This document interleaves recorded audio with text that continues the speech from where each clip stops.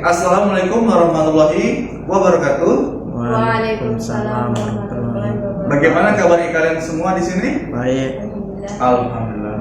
Semoga kalian semua sehat selalu supaya bisa belajar dan belajar lagi untuk memperdalam ilmu di kampus ini. Oke. Perkenalkan, nama saya Ramadan Agung Pratama. Saya akan mengajar di program studi ini ilmu komputer dengan mata kuliah pengantar ilmu komputer. Apa sih komputer itu? Itu kita akan mempelajari di awal nanti materi dari pengantar ilmu komputer. Untuk di awal kita akan mempelajari yang dasar terlebih dahulu seperti sejarah, generasi komputer dan bagian-bagian dan cara kerja komputer tersebut.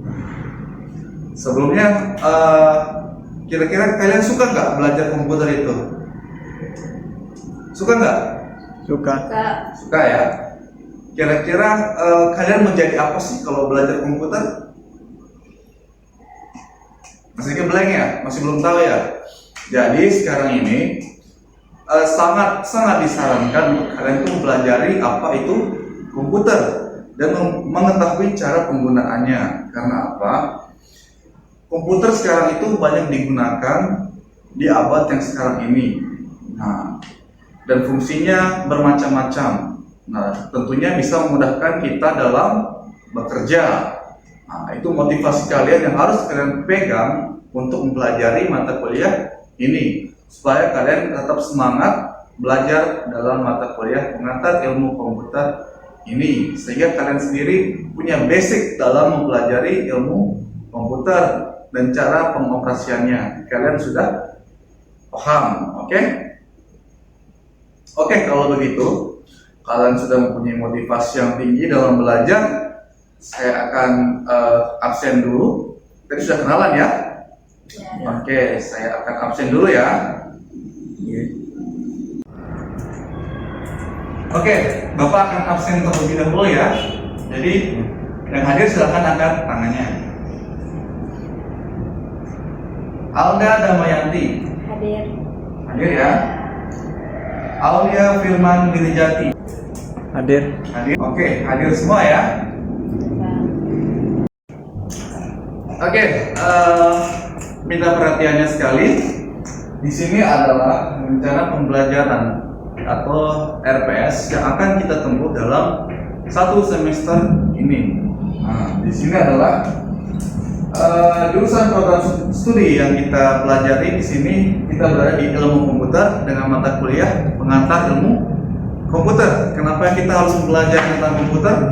Di sini ada penjelasannya, yaitu karena ada capaian pembelajarannya juga.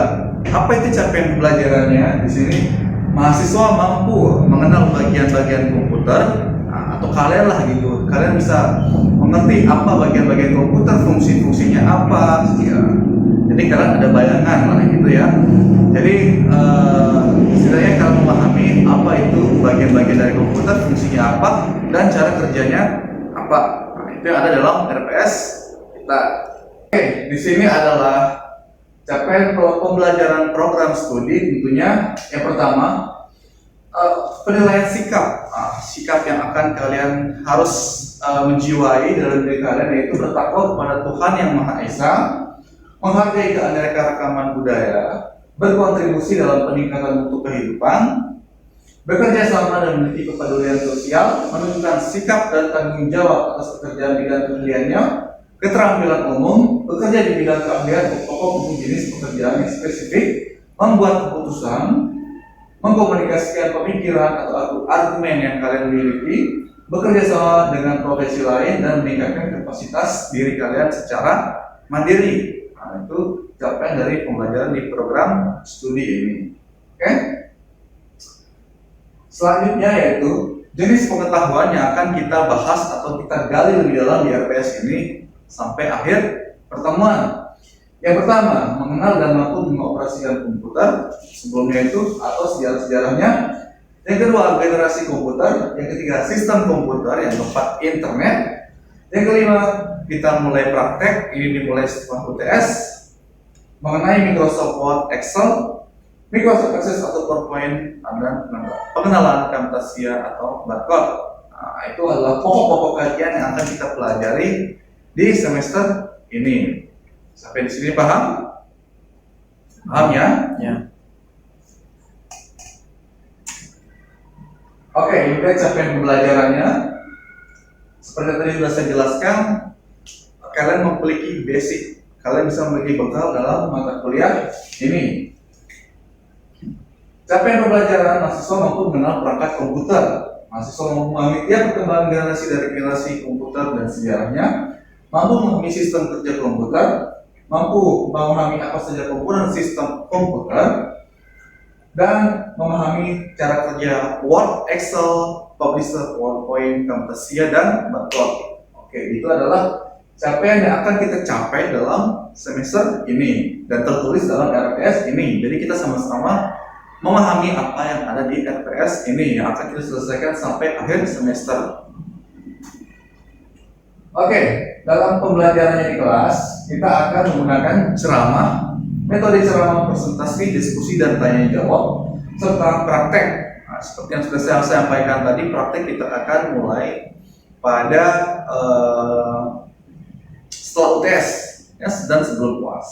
Oke, kita mempunyai kontrol pembelajaran, yaitu kehadiran mahasiswa minimal 75% dalam pertemuan.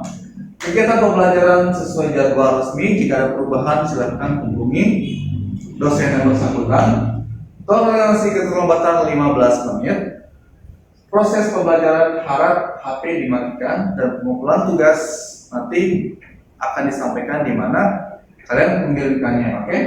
Berpakaian sopan, dan pertemuan akan terjadi selama 14 kali pertemuan dalam satu semester ini. Jadi 14 kali, sebenarnya 16 kali, tapi yang duanya adalah UTS dan UAS.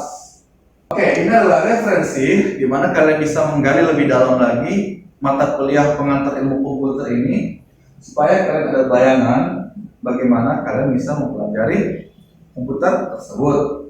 Oke, di sini ada beberapa. Contohnya saja dari Pratama RA dan Rusika, yaitu pengantar ilmu komputer, penerbit literasi Nusantara dan dicetak di Malang. Nah, itu salah satu contoh referensi yang bisa kalian gunakan. Namun masih banyak lagi jurnal-jurnal dan buku-buku yang bisa kalian gunakan. Oke, di sini adalah matrik pembelajaran dalam perkuliahan ini ya. Di sini yang pertama kita akan mengenali sejarah komputer. Menggali komputer itu dari generasi-generasi, apa bedanya, kelebihan dan kekurangannya apa.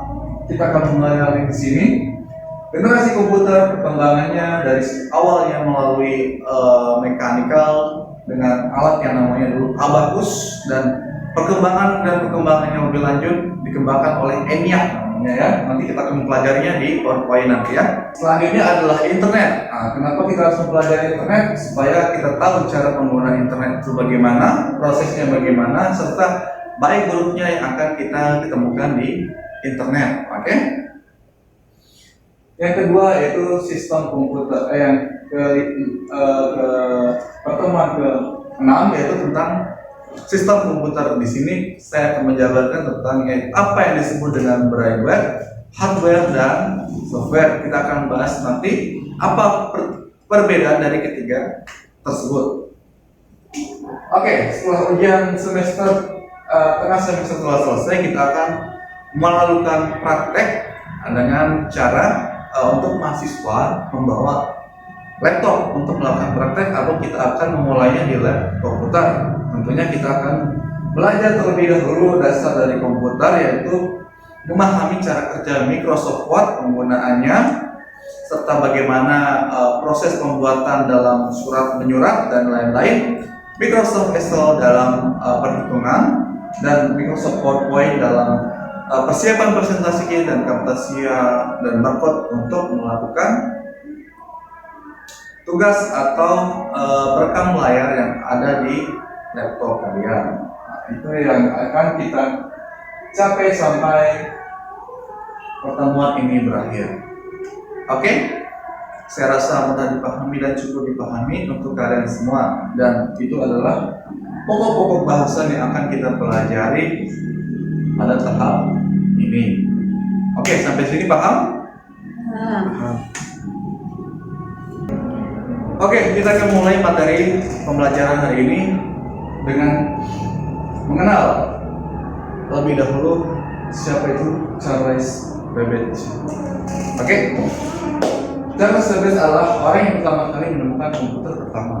Charles Babbage ini dia dikenal dengan kata Difference Engine 1 atau sering disebut mesin penghitung dalam temuannya. Charles Babbage lahir pada tahun 1791 sampai 1871. Dan ini adalah fotonya, di mana kalian harus mengenal wajahnya beliau karena dia salah satu penemu dari komputer. Sekarang saya tanya dulu nih sebelum lanjut ke slide sebelumnya, apa sih komputer itu? Kira-kira ada yang paham nggak di sini? Belum ya? Belum. Karena belum, maka kita bahas. Oke? Jadi komputer tersebut adalah alat untuk mengolah data menjadi informasi. Jadi setiap kata dan kata yang saya tampilkan di sini adalah itu cara kerja dari komputer. Ketika saya mengolah kata demi kata dan menghasilkan informasi seperti contoh di PowerPoint ini atau presentasi tersebut, itu yang dinamakan cara kerja dari komputer dengan cara mengolah data. Oke, sampai di sini paham? Paham ya?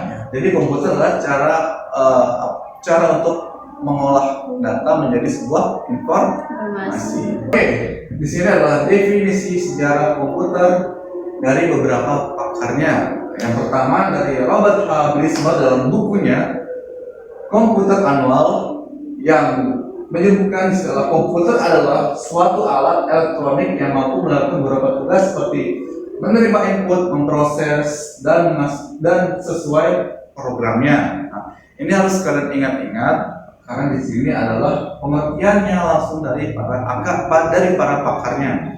Jadi ketika kalian menjelaskan dalam satu presentasi, kalian mempunyai dasar, yaitu kenapa saya bisa menjelaskan ilmu komputer tersebut sebagai berikut, karena itu adalah apa yang dikatakan oleh pakarnya sendiri, yaitu Robert H. Brismer dalam buku Komputer Annual.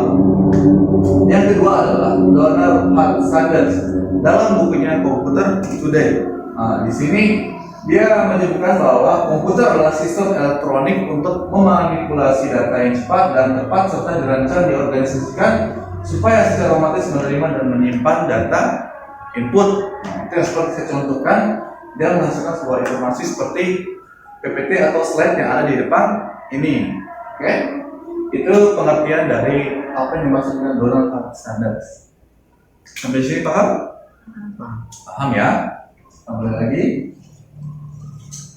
Di sini yang ketiga yaitu Hamaker dan kawan-kawan dalam buku Computer Organization. Di sini dia menyebutkan bahwa komputer itu adalah mesin penghitung elektronik cepat dapat menerima informasi input digital dan diproses. Di situ adalah pengertian dari buku Computer Organization dalam pakarnya atau penulisnya yaitu Hamaker. Oke, bisa kalian lihat di depan begini. Ini adalah bentuk alat hitung tradisional dan akal bata mekanik yang muncul 5.000 tahun yang lalu di Asia. Namanya abacus. Dia dianggap sebagai awal mula mesin komputasi. Saya rasa bentuknya nggak familiar ya. Saya rasa kalian semua sudah sempat menemukan atau pernah melihatnya. Oke, kita lanjut di tadi udah kita bahas di awal mula komputer itu apa, penemunya siapa, dan pengertiannya apa. Dan sekarang kita mulai dari sejarahnya di awal, yaitu komputer generasi pertama. Komputer generasi pertama dia muncul pada tahun 1946 sampai dengan 1959. Biasa disebut dengan apa komputer generasi pertama? Tabung vakum. Oke. Kalian bisa lihat di depan, ini adalah bentuknya. Bentuk dari tabung vakum tersebut. Dia bentuknya sangat besar sekali dan memerlukan listrik yang sangat banyak dan tentunya sangat panas tentunya. Dan yang paling penting poinnya dia memerlukan ukuran tempat yang luas dan beratnya sampai dengan 30 ton. Nah, itu adalah awal mula komputer yang sangat besar. Gitu ya, itu ada di pengertian generasi komputer tahap pertama atau generasi pertama, yaitu tabung Tabung. Yang kedua adalah komputer generasi kedua, yaitu dia lahir pada tahun 1959 sampai 1965 dan disebut dengan istilah transistor. Ada yang tahu transistor itu apa? Atau ada yang pernah dengar di sini? Belum? Oke, kita akan pelajari ya. Apa yang dimaksud dengan resistor? Nah, inilah gambarnya. Jadi transistor adalah alat semikonduktor yang dipakai sebagai penguat, sebagai pemutus dan penyambung arus, stabilisasi tegangan dan modulasi sinyal. Jadi di perkembangan tahap generasi kedua ini sudah menggunakan yaitu alat yang namanya transistor. Komputer generasi ketiga, nah ini lahir pada tahun 1965 sampai dengan 1971 dengan sebutan yang biasa dikenal dengan integrated circuit atau yang disebut dengan Integrated circuit. IC. Itu disingkat dengan IC ya. Jadi apa sih IC itu atau integrated circuit? Nah, kalian bisa lihat gambarnya di sini ya, di PowerPoint yang saya siapkan. Di sini apa yang dimaksud dengan IC, yaitu sirkuit terpadu atau chip dalam komponen dasar yang terdiri dari resistor, transistor, dan lain-lain. Jadi integrasi sirkuit ini adalah chip yang di dalamnya sudah terhubung ada resistor dan juga transistor. Jadi sudah semakin fleksibel dan simpel untuk digunakan dalam tahap komputer ini dan dalam tahap perkembangan komputer.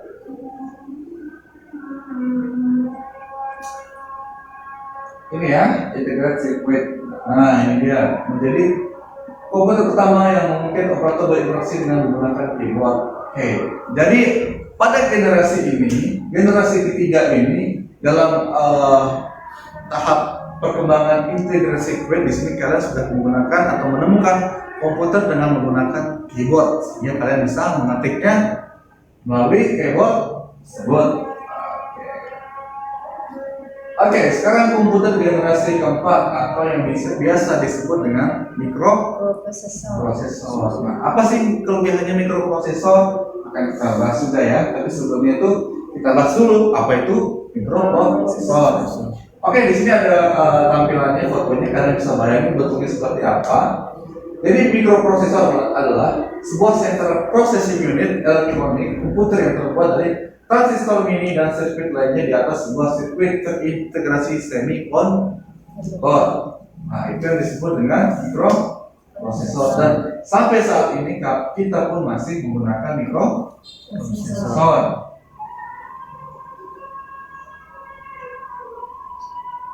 Oke, di sini adalah perkembangan yang ada di generasi kelima atau yang biasa disebut dengan artificial intelligence atau yang disingkat dengan AI.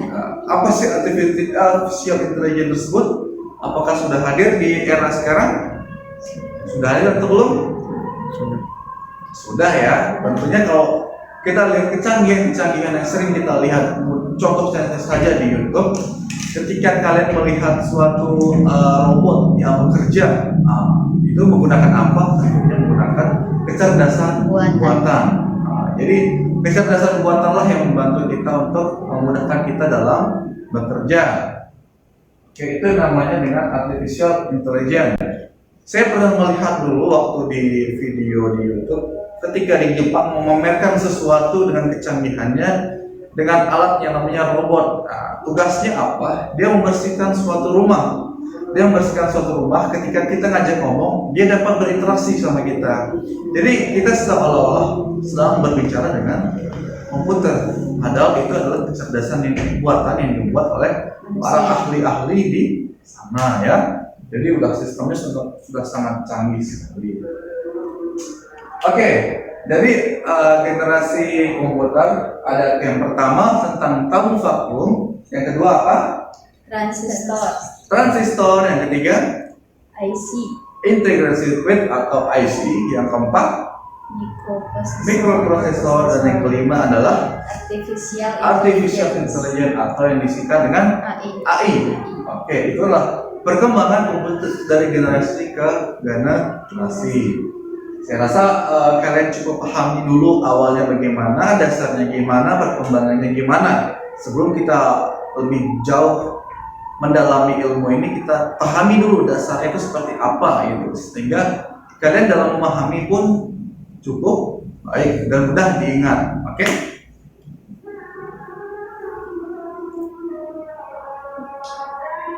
Oke, selanjutnya adalah bagian-bagian komputer dan fungsinya. Nah, di sini adalah bagian komputer. Nah, di sini mungkin kalau kita komputer sekarang sudah jarang mungkin ya kalau menggunakan komputer yang dengan kotak yang besar itu, dengan tampilan all-in-one biasanya sekarang udah canggih. Tapi penggunaannya seperti yang kotak CPU besar itu pun masih digunakan ya, dengan di-upgrade lagi dengan tingkat kecepatannya lebih canggih, dengan peningkatan prosesor yang lebih canggih dan alat-alatnya di sana yang lebih canggih.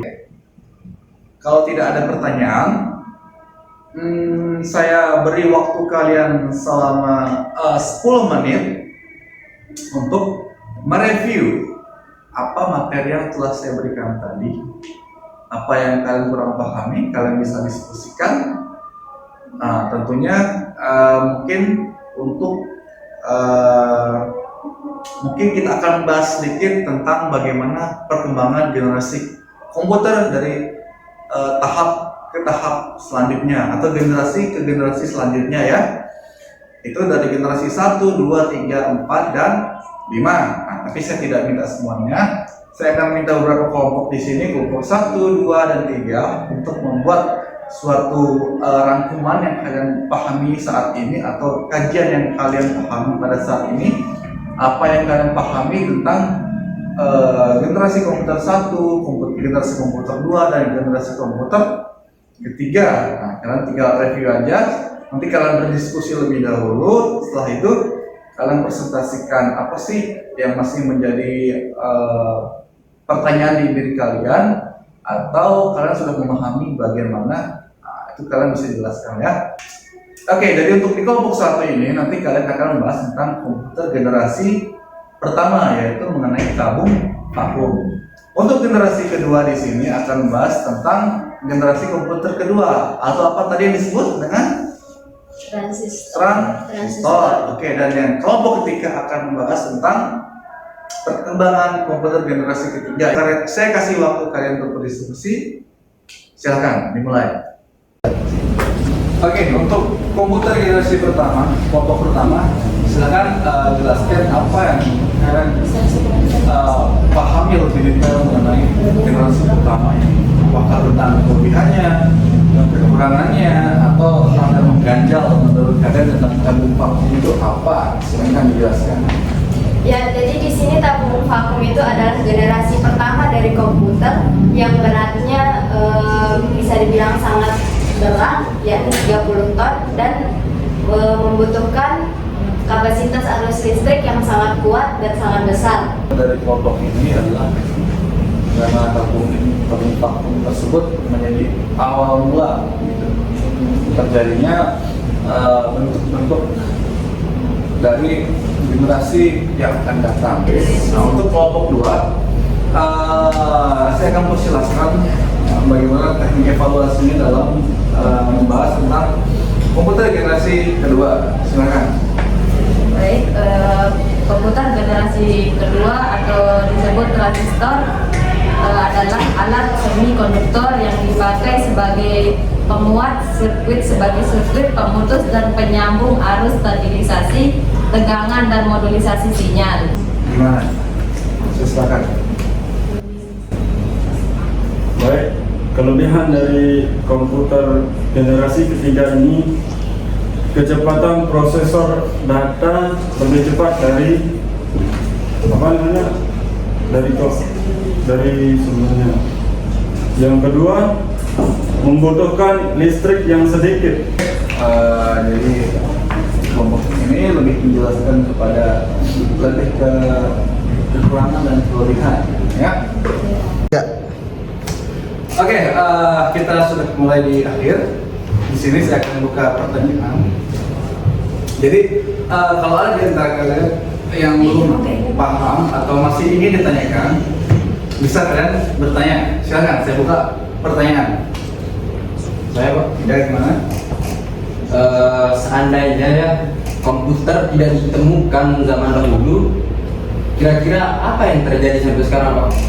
Oke, pertanyaan yang sangat baik sekali. Tentunya manfaat komputer sendiri yang kita dapat saat ini, kita bisa membuat jadi presentasi, kuliah, mencetak file atau mencetak apapun itu dan menampilkan suatu informasi yang kita butuhkan sekarang ini. Jadi semisal komputer tidak ditemukan zaman dahulu, mungkin kita akan kesusahan dalam mengkomunikasikan apapun itu. Bagaimana kita mencari informasi, mendapatkan informasi, dan berbagi informasi. Oke, tadi teman kalian juga sudah melempar pertanyaan tentang bagaimana komputer kalau tidak ditemukan pada zaman dahulu. Nah, untuk pertanyaan selanjutnya ada yang ingin ditanyakan lagi? Enggak ada. Kalau tidak ada, saya akan melempar pertanyaan sama kalian. Gimana? Bisa? Oke, dengarkan baik pertanyaan saya kali ini, yaitu seberapa pentingkah penggunaan komputer yang biasa kalian gunakan, atau istilahnya seberapa penting komputer yang kalian ketahui. Nah, itu aja ya. Coba dari siapa yang mau jawab duluan? Saya Pak. Oke, gimana? Tentu komputer ini sangat penting bagi kami mahasiswa, terutama di era modern ini, karena komputer dapat membantu kami untuk menyelesaikan segala hal, masalah, mulai dari tugas dan lain sebagainya. Dan karena di komputer sudah tersedia berbagai macam perangkat atau fitur-fitur yang sangat membantu bagi kami mahasiswa. Oke, jawabannya sangat bagus. Boleh tepuk tangan dulu. Bisa dibilang jawabannya sangat singkat, jelas, dan padat. Yang sudah kalian pahami yaitu fungsi dan tugas cara kerja komputer, yaitu dia memudahkan setiap penggunanya. Jadi memudahkan kita juga sebagai para pengajar untuk menyampaikan suatu materi atau bisa dibilang informasi. Mungkin cukup sekian materi dari hari ini. Masih ada yang ingin ditanyakan? Ya, saya sudah paham semua bagaimana dasarnya, mulai dari penemuan pertama, sejarahnya, generasinya, kan sampai ke bagian-bagian komputer dan juga cara kerja komputer. Itu untuk materi hari ini. Untuk materi yang akan datang selanjutnya, kita akan mempelajari bagaimana itu internet, sistem komputer, dan juga tentang brainware, hardware, dan juga software. Dan kita sudah berdiskusi tadi panjang lebar. Mungkin cukup sampai di sini materi hari ini. Saya ucapkan terima kasih. Semoga apa yang bisa saya sampaikan bisa dapat kalian mengerti dan bermanfaat bagi kalian semua. Saya ucapkan terima kasih dan wassalamualaikum warahmatullahi wabarakatuh. Waalaikumsalam warahmatullahi wabarakatuh.